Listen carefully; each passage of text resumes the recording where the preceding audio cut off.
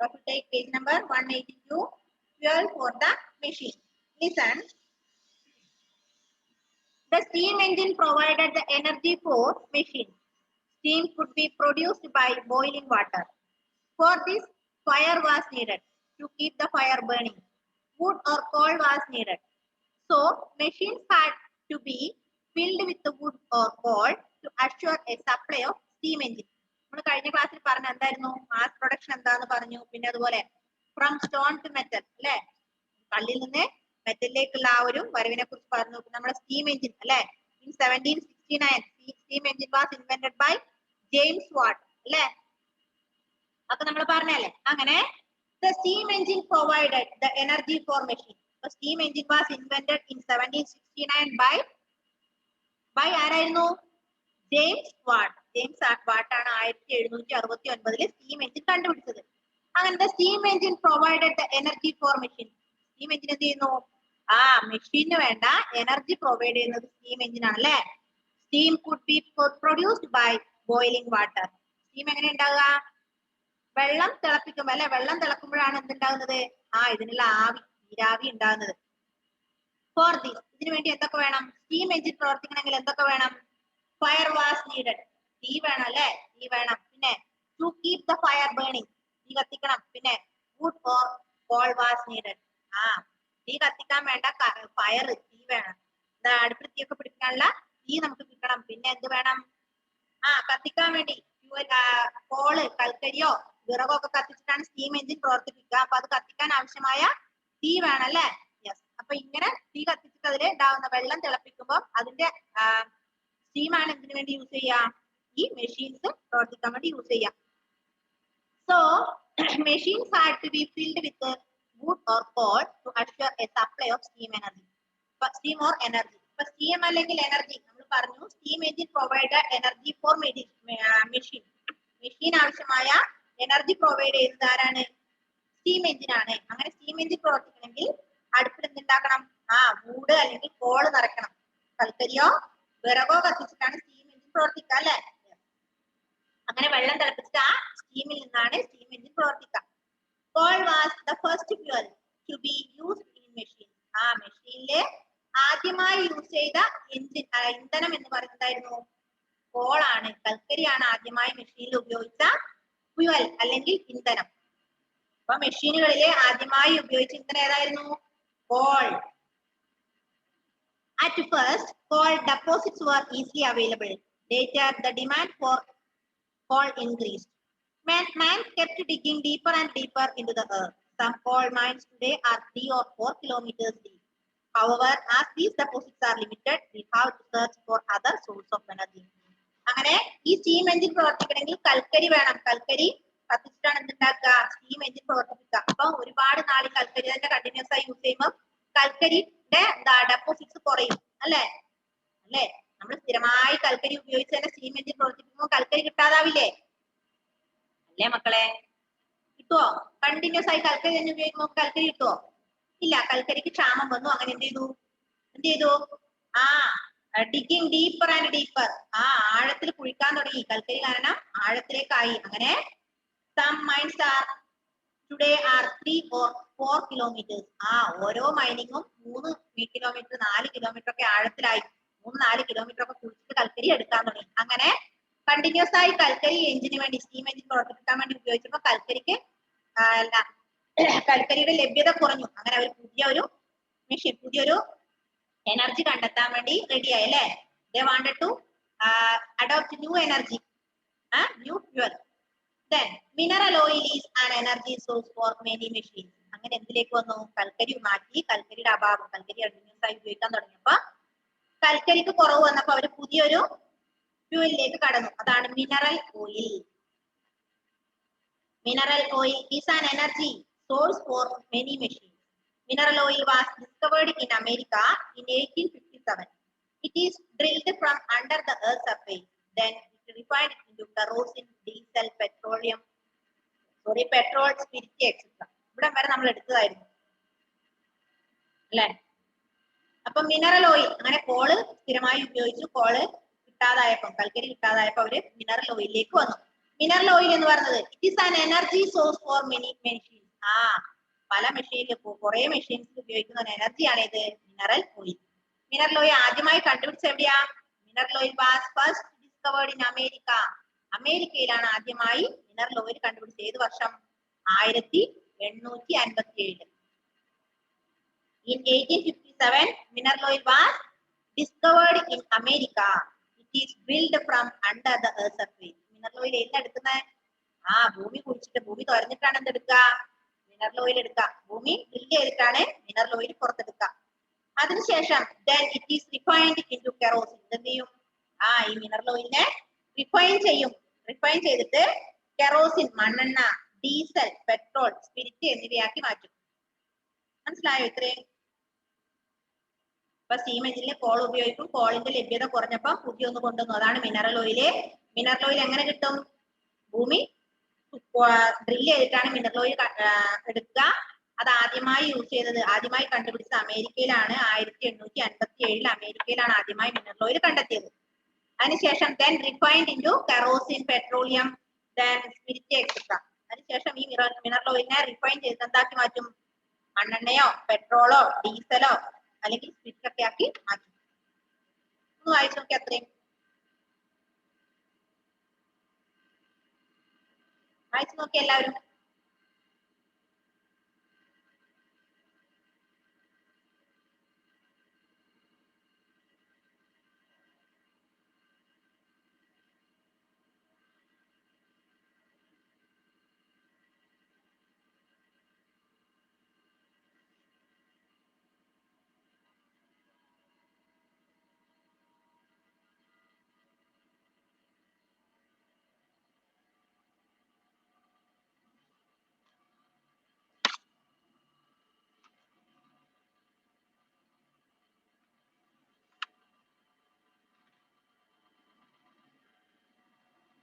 Grace വായിക്കുന്നുണ്ടോ? ഗ്രേസിനടുത്ത് ആരോ ഒരാളുണ്ടല്ലോ. ആരാ?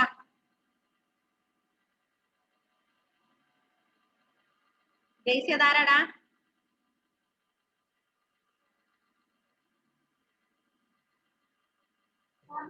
Miss cousin.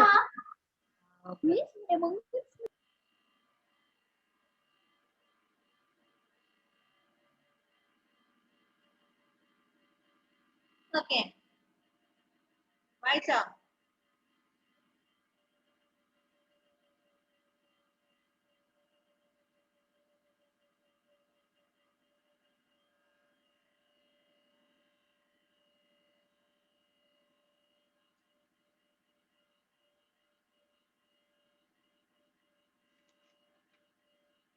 വായിച്ചിട്ടേ?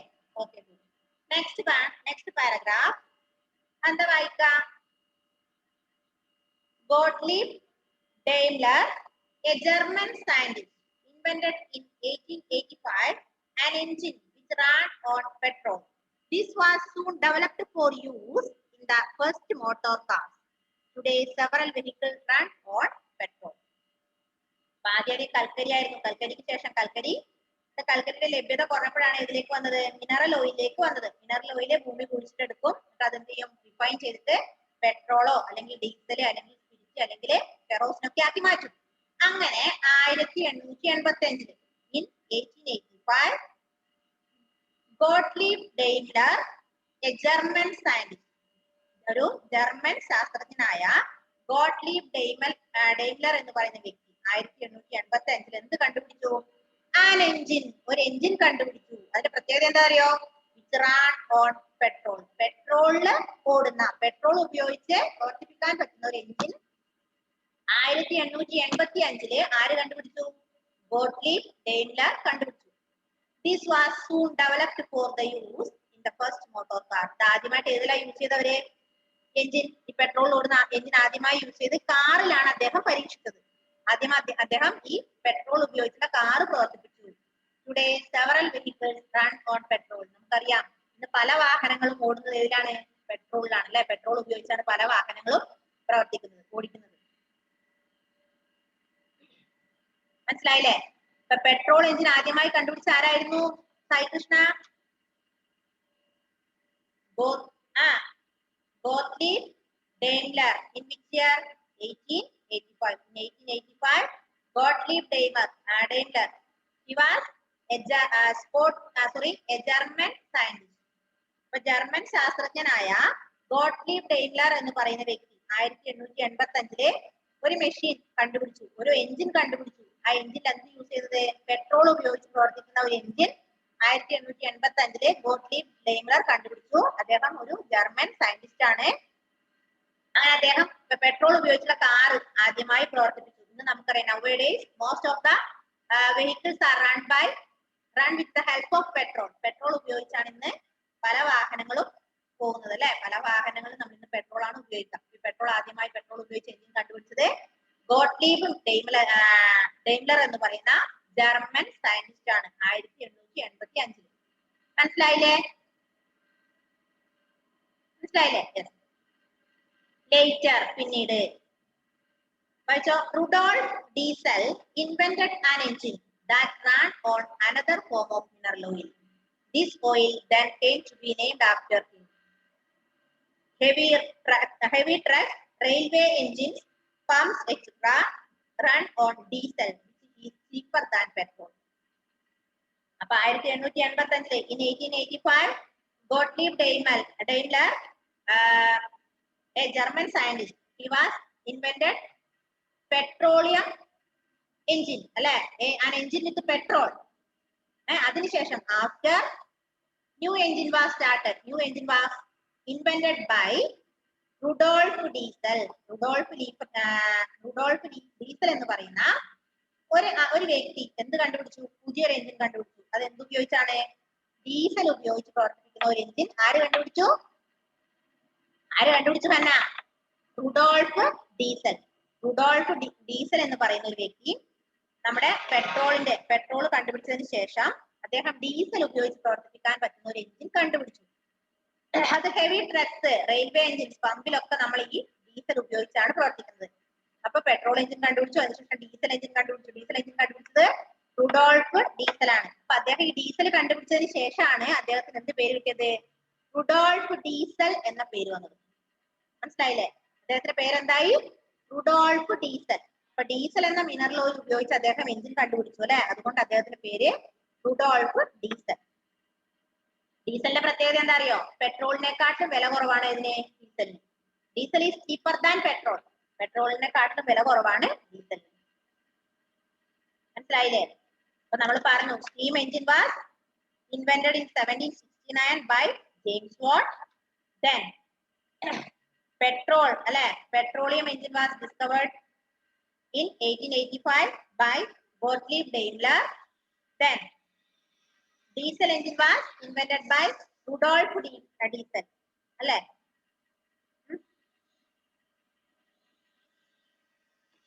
വായിച്ചു നോക്കി അത്രയും. ആ 2 പാരഗ്രാഫ് ഒന്ന് പെട്ടെന്ന് വായിച്ചേ.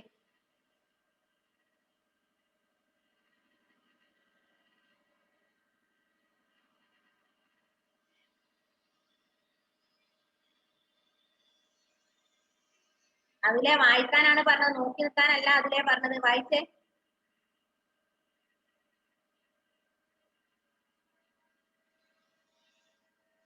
അതിൽ വായിക്കുന്നുണ്ടോ?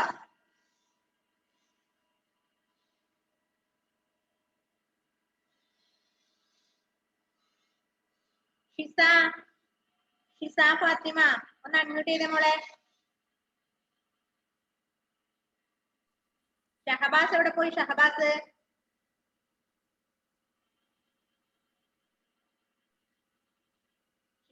ഷഹബാസിന്റെ ക്ലാസ് കയറാതിരുന്നേ? മോളുടെ കൂടെയല്ലേ കയറിക്കൊണ്ടിരുന്നേ?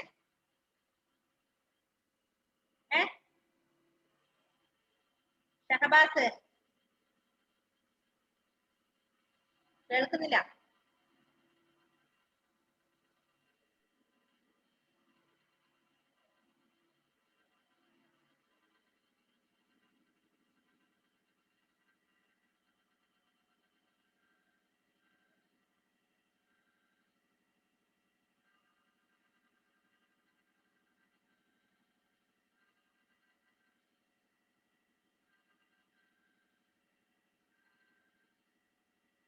വായിച്ചു അല്ലെ. Next one, the deposits of mineral oil is two are limited. It is used in such a large quantities all over the world that a day will come when it will be exhausted. Thus, electricity is an alternative source of energy. അങ്ങനെ കൽക്കരി ഉപയോഗിച്ചു, കൽക്കരിയുടെ ലഭ്യത കുറഞ്ഞപ്പോ എന്ത് കണ്ടുപിടിച്ചവരെ? Petrol കൊണ്ടുള്ള engine കണ്ടുപിടിച്ചു അല്ലെ? Petrol കണ്ടു, അതിനുശേഷം ഉപയോഗിച്ചു, അതിനുശേഷം ഡീസൽ എഞ്ചിൻ റുഡോൾഫ് ഡീസലും കണ്ടുപിടിച്ചു. ഇത് രണ്ടും ഈ പെട്രോളും ഡീസലും ഒക്കെ ഉപയോഗിച്ച് അല്ലെങ്കിൽ മിനറൽ ഓയിൽ ഉപയോഗിച്ച് കണ്ടിന്യൂസ് ആയി ഉപയോഗിച്ചപ്പോ അതിന്റെ ലഭ്യത കുറഞ്ഞു അല്ലെ? അത് കുറയാൻ തുടങ്ങിയപ്പോ എന്ത് സംഭവിച്ചെന്നറിയോ? അവര് പുതിയ ഒരു എഞ്ചിൻ കണ്ടെത്തി, അതായത് ഇലക്ട്രിസിറ്റി ഉപയോഗിക്കാൻ തുടങ്ങി. മനസ്സിലായില്ലേ? കോൾ ഉപയോഗിച്ചു, ദെൻ പെട്രോൾ ഉപയോഗിച്ചു, അതിനുശേഷം ഡീസൽ ഉപയോഗിച്ചു. ഇപ്പൊ എന്തായി? അതിനുശേഷം അവർക്ക് മനസ്സിലാക്കി, they have understood both of them are limited. Petrol അല്ലെങ്കിൽ mineral oil is too limited. Mineral ഓയിൽസിന് എന്തുണ്ട്? ലിമിറ്റേഷൻ ഉണ്ട്. അതും നമുക്ക് ആവശ്യാനുസരണം കിട്ടുന്നതല്ല അല്ലെ? ഇഷ്ടംപോലെ ഒന്നും കിട്ടില്ല. ഒരു പരിധി കഴിഞ്ഞാൽ അതും അതിന്റെ ലഭ്യതയും കുറയും എന്ന് അവർക്ക് മനസ്സിലായപ്പോ അവരെന്ത് ചെയ്തു എന്നറിയോ? ഇലക്ട്രിസിറ്റിയിലേക്ക് അവർ വന്നു. The discovery and the production of electricity is an interesting story.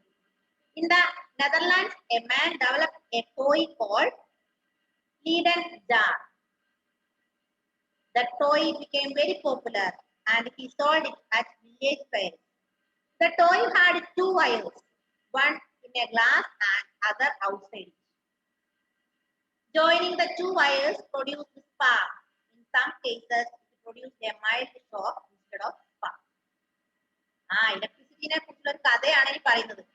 നമ്മൾ പറഞ്ഞു കോൾ കഴിഞ്ഞ് പെട്രോൾ കഴിഞ്ഞു ഡീസൽ ഒക്കെ കണ്ടുപിടിച്ചു, ഇപ്പൊ എന്തായി? ഇലക്ട്രിസിറ്റിയിലേക്ക് വന്നു അല്ലെ? ഇലക്ട്രിസിറ്റിനെ കുറിച്ച് ഒരു കഥ പറയുന്നുണ്ട്. എന്താ നോക്ക്, നോക്കാം. The discovery and the production of electricity is an interesting story. അതായത് ഇലക്ട്രിസിറ്റി ഉണ്ടാക്കുന്നതും ഇലക്ട്രിസിറ്റിയുടെ കണ്ടുപിടുത്തത്തെ കുറിച്ചുള്ള കഥ വളരെ ഇൻട്രസ്റ്റിംഗ് ആണ്. കഥ ഇതാണ് നോക്ക്. In the Netherlands, a man developed a toy called Leyden jar. നെതർലാൻഡ്സിലുള്ള ഒരു വ്യക്തി, ഒരു മനുഷ്യൻ ഉണ്ടാക്കി ഒരു ടോയ് ഉണ്ടാക്കി, ഒരു കളിപ്പാട്ടം ഉണ്ടാക്കി.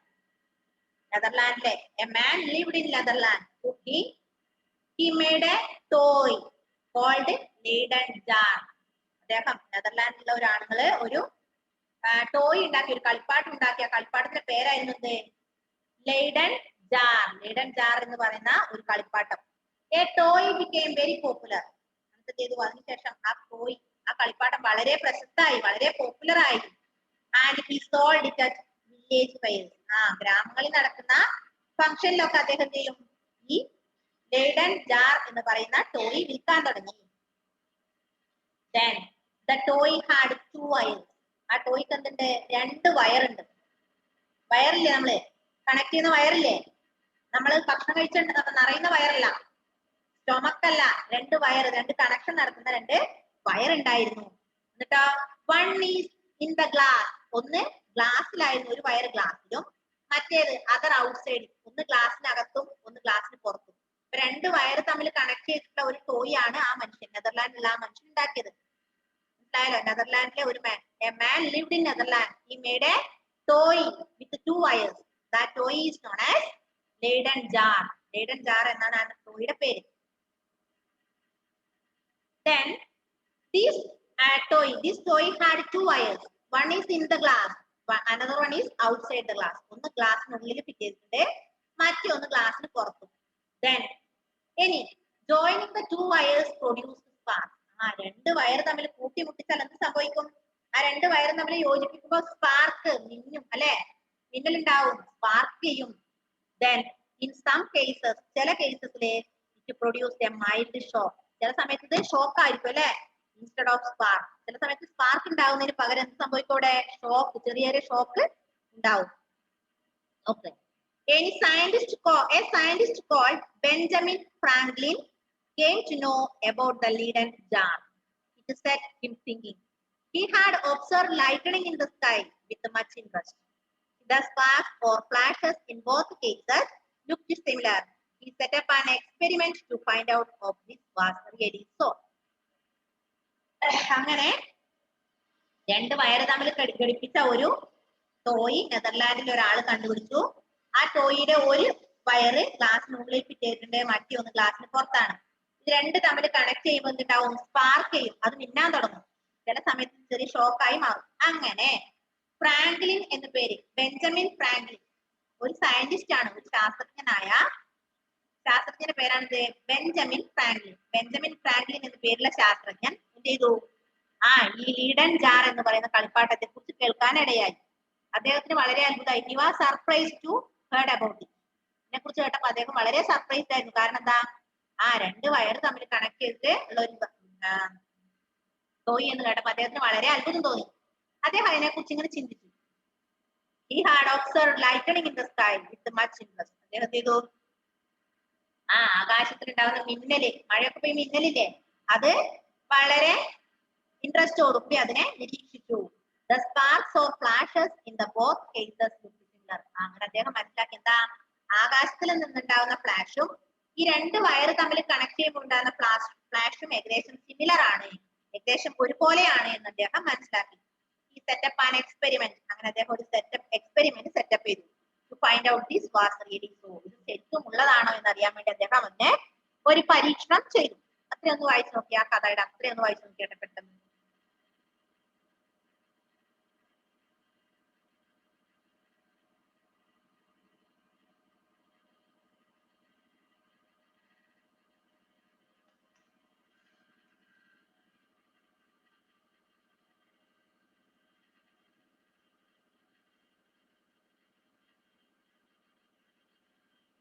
പെട്ടെന്ന് വായിക്കാം. എന്റെ മുഖത്ത് നോക്കണ്ട, ഞാനിവിടെ ഉണ്ട്. ക്യാമറ ഓഫ് ചെയ്താൽ ഞാനിവിടെ ഉണ്ട്.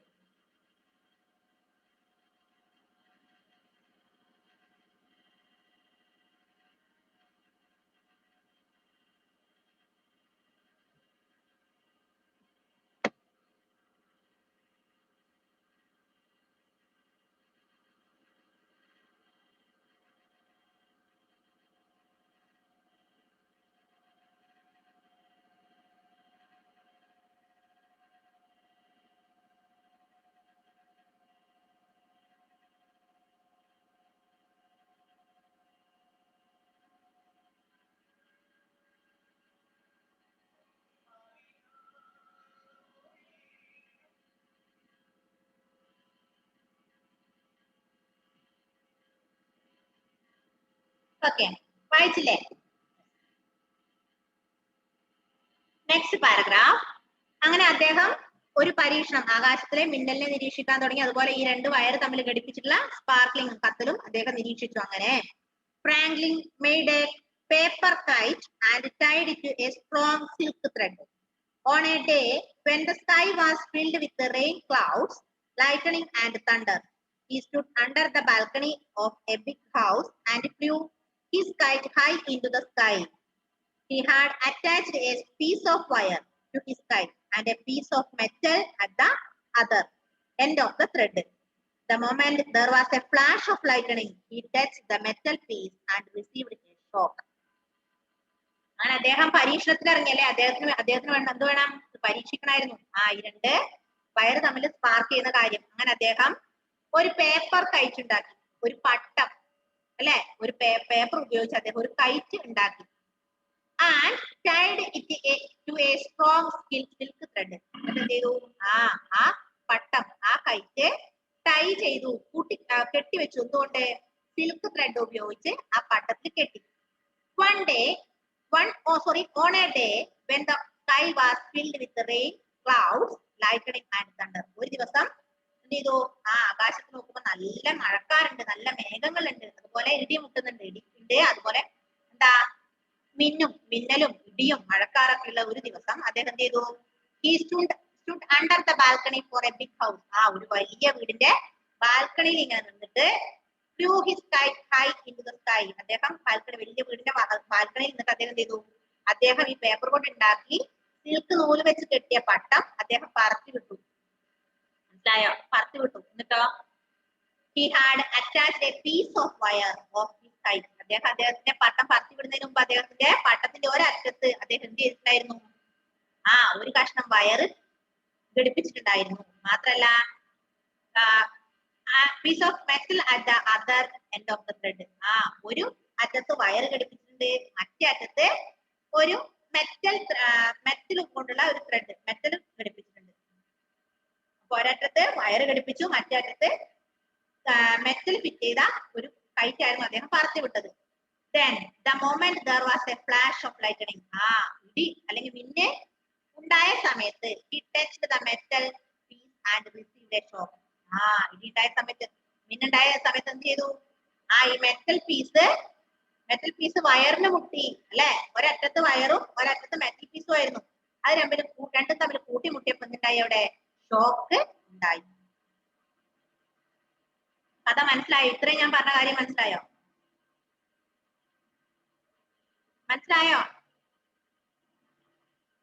ഒന്നും കൂടെ ഞാൻ മലയാളത്തിൽ ഇത്രയും പറയാം. അതായത് നമ്മുടെ ബെഞ്ചമിൻ ഫ്രാങ്ക്ലിൻ എന്ത് ചെയ്തു? ഇലക്ട്രിസിറ്റി കണ്ടുപിടിക്കാനുള്ള കഥയാണ് പറഞ്ഞത്. ഒരു നെതർലൻഡ് എന്ന് പറയുന്ന ഒരു സ്ഥലത്തിലെ നെതർലൻഡിലെ ഒരു വ്യക്തി ഒരു കളിപ്പാട്ടത്തിന്റെ പേര് ലെയ്ഡൻ ജാർ എന്നാണ്. ആ കളിപ്പാട്ടത്തിന്റെ പ്രത്യേകത, അത് 2 വയറ് തമ്മിൽ കണക്ട് ചെയ്തിട്ടുള്ള ഒരു കളിപ്പാട്ടായിരുന്നു. ഒരു വയറ് ആ ഗ്ലാസിനകത്തും മറ്റേ വയറ് ഗ്ലാസിന് പുറത്തുമാണ് ഫിറ്റ് ചെയ്തിട്ടുണ്ടായിരുന്നത്. എന്ത് ചെയ്യും? ആ 2 വയറ് തമ്മിൽ കൂട്ടിമുട്ടിച്ചാൽ ഒന്നുകിൽ സ്പാർക്കിംഗ് ഉണ്ടാവാം, അല്ലെങ്കിൽ അത് ഷോക്ക് ആയിരിക്കാം. അങ്ങനെ അതിനെക്കുറിച്ച് നമ്മുടെ ബെഞ്ചമിൻ ഫ്രാങ്ക്ലിൻ എന്ന് പറയുന്ന സയന്റിസ്റ്റ് കേൾക്കാനിടയാവുകയും അദ്ദേഹം അതിനെക്കുറിച്ച് പഠിക്കാൻ തയ്യാറാവുകയും ചെയ്തു. അങ്ങനെ അദ്ദേഹം one day he made a paper kite. Franklin made a paper kite with a paper and tied with a silk thread. silk നൂല് ഉപയോഗിച്ച് അത് കെട്ടി. എന്നിട്ട് അതിന്റെ ഒരറ്റത്ത് എന്ത് ഫിറ്റ് ചെയ്തു? ഒരറ്റത്ത് ഒരു വയറും മറ്റേ അറ്റത്ത് മെറ്റലും ഫിറ്റ് ചെയ്തു. നല്ല ഒരു മഴക്കാറുള്ള ദിവസം, അല്ലെങ്കിൽ നല്ല ഇടിയും മിന്നലൊക്കെ ഉള്ള ഒരു ദിവസം, അദ്ദേഹം വലിയൊരു വീടിന്റെ ബാൽക്കണിയിൽ നിന്നിട്ട് ഈ പട്ടം അങ്ങ് പറത്തി വിട്ടു. എന്ത് ചെയ്തു? ലൈറ്റണിങ് ഉണ്ടായ സമയത്ത് ഇത് രണ്ടും കൂട്ടിമുട്ടുകയും അവിടെ ഒരു ചെറിയൊരു ഷോക്ക് ഉണ്ടാവുകയും ചെയ്തു. അടുത്ത പാരഗ്രാഫ് നോക്കാം. The discovery of electricity set scientists working on the ways of producing it. Soon it was discovered that an electric current could be used to produce heat and light. അങ്ങനെ അദ്ദേഹം ഒരു കാര്യത്തിൽ എത്തിച്ചേർന്നു. എന്താണത്? ഇലക്ട്രിസിറ്റി ഉണ്ടാക്കുന്നതിലൂടെ നമുക്ക് എന്ത് പറ്റും? ഹീറ്റ് ആൻഡ് ലൈറ്റ്, ചൂടും വെളിച്ചവും ഉണ്ടാക്കാൻ പറ്റുമെന്ന് മനസ്സിലായോ? ആ ഒരു കഥയിലൂടെ, അങ്ങനെയാണ് ആ ഒരു വഴിയിലൂടെ അദ്ദേഹം കണ്ടെത്തിയത്. ഇലക്ട്രിസിറ്റി ഉണ്ടാക്കുന്നതിലൂടെ, ഇലക്ട്രിസിറ്റി പ്രൊഡക്ഷനിലൂടെ, അല്ലെങ്കിൽ ഡിസ്കവറി ഓഫ് ഇലക്ട്രിസിറ്റിയിലൂടെ ഹീറ്റ് ആൻഡ് ലൈറ്റ്, ചൂടും വെളിച്ചവും ഉത്പാദിപ്പിക്കാൻ പറ്റുമെന്ന് ഫ്രാങ്ക്ലിൻ കണ്ടുപിടിച്ചു. In 1800 Alessandro Volta made a battery which could produce a small amount of electricity. Volta's discovery led to many other developments in the use of electricity. Later, engineers developed machines or engines which could produce greater amount of electricity. These engines were called generators. അങ്ങനെ 1800 Alessandro വോൾട്ട എന്ന് പറയുന്ന വ്യക്തി എന്ത് കണ്ടുപിടിച്ചു? Battery ഉണ്ടാക്കി. Charge നിൽക്കുന്ന battery, നമുക്കറിയാം പണ്ടത്തെ കാലത്തൊക്കെ ഇലക്ട്രിസിറ്റി വരുന്നതിന് മുമ്പ് ബാറ്ററി ഉപയോഗിച്ചാണ് ടോർച്ചൊക്കെ പ്രവർത്തിപ്പിച്ചിരുന്നത് അല്ലേ? അമ്മയോട് അച്ഛനൊക്കെ ചോദിച്ചറിയാം, ഇലക്ട്രിസിറ്റിക്ക് പകരം കറണ്ടൊക്കെ ഉള്ളതിനെക്കാളും മുമ്പേ നമ്മള് ബാറ്ററി ഉപയോഗിച്ചാണ് ഇതൊക്കെ പ്രവർത്തിപ്പിച്ചിരുന്നത്. അപ്പൊ അങ്ങനെ 1800 അലസാൻഡ്രോ വോൾട്ട എന്ന് പറയുന്ന വ്യക്തി ഒരു ബാറ്ററി ഉണ്ടാക്കി. അതിൽ നിന്ന് എന്തുണ്ടാക്കി? ഇലക്ട്രിസിറ്റി പ്രൊഡ്യൂസ് ചെയ്തു. Could produce A small amount of electricity, ചെറിയൊരു എമൗണ്ട് ഓഫ് ഇലക്ട്രിസിറ്റി ആ ബാറ്ററിയിൽ നിന്ന് ഉണ്ടാക്കാൻ തുടങ്ങി. അങ്ങനെ എല്ലാവർക്കും മനസ്സിലായി എന്താ? ഇലക്ട്രിസിറ്റി ആണ് കൂടുതൽ യൂസ്ഫുൾ എന്ന്. അങ്ങനെ later engineers developed machines or engines which could produce greater amount of electricity. അങ്ങനെ മെഷീൻസ് ഒക്കെ കണ്ടുപിടിച്ചു, മെഷീൻസും എൻജിൻസും ഒക്കെ ഉണ്ടാക്കി. എന്തുകൊണ്ട്? ഇലക്ട്രിസിറ്റി പ്രൊഡ്യൂസ് ചെയ്യാൻ വേണ്ടിട്ട് എൻജിൻസ് കണ്ടുപിടിച്ചു. ആ എൻജിൻസ് പറയുന്ന പേരാണെന്ത്? ജനറേറ്റർ. നിങ്ങൾ കണ്ടില്ലേ? ജനറേറ്റർ ഉപയോഗിച്ച് കല്യാണ വീടുകളിലൊക്കെ നിങ്ങൾ കണ്ടിട്ടില്ലേ? ജനറേറ്റർ ഉപയോഗിച്ച് കറണ്ട് ഉണ്ടാക്കുന്നത്. അങ്ങനെയാണ് ജനറേറ്റർ എന്ന ഒരു പ്രൊഡക്റ്റിലേക്ക് എത്തിയത്. മനസ്സിലായില്ലേ? Then the bulb, fan, radio, television, water pump, refrigerator and air conditioner all work on electricity. Even railway engines run with the help of electricity. In fact, it It is difficult to imagine life without electricity. The hydroelectricity is generated by harnessing energy and running water, mostly from huge dams. അങ്ങനെ എന്താ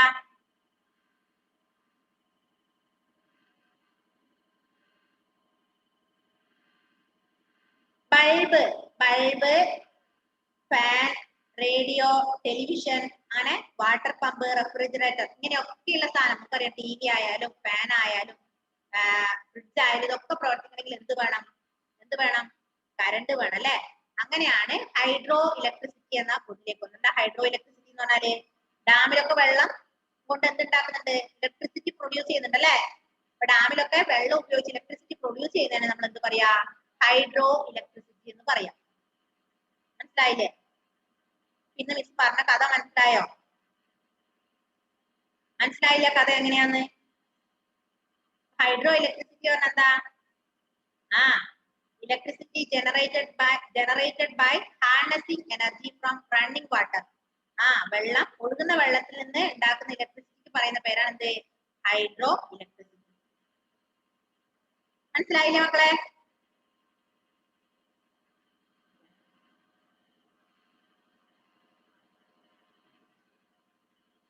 അപ്പൊ നമ്മുടെ class ഇപ്പൊ കട്ടായി പോട്ടോ. അപ്പൊ നന്നായി text ഇന്ന് തന്നെ 12 ഫോർ ദ മെഷീൻ മുതല് ഇപ്പൊ എടുത്ത ഈ ഹ്യൂജ് ഡാംസ് വരെ എല്ലാവരും 3 പ്രാവശ്യം വായിക്കുക. 1 പ്രാവശ്യം വായിക്കുന്ന ഓഡിയോ എനിക്ക് സെൻഡ് ചെയ്യാം. ഇപ്പൊ നമ്മുടെ എക്സാമിന്റെ ലെസൺസ് ഞാൻ പോർഷൻസ് ഗ്രൂപ്പിൽ ഇട്ടിട്ടുണ്ട്. എക്സാം നന്നായി പഠിക്കുക, ടെക്സ്റ്റ് നന്നായി വായിക്കുക. ടെക്സ്റ്റിൽ നിന്ന് ഒരുപാട് ക്വസ്റ്റ്യൻസ് ഇട്ടിട്ടുണ്ട് കേട്ടോ. Okay, bye bye, see you in the next class.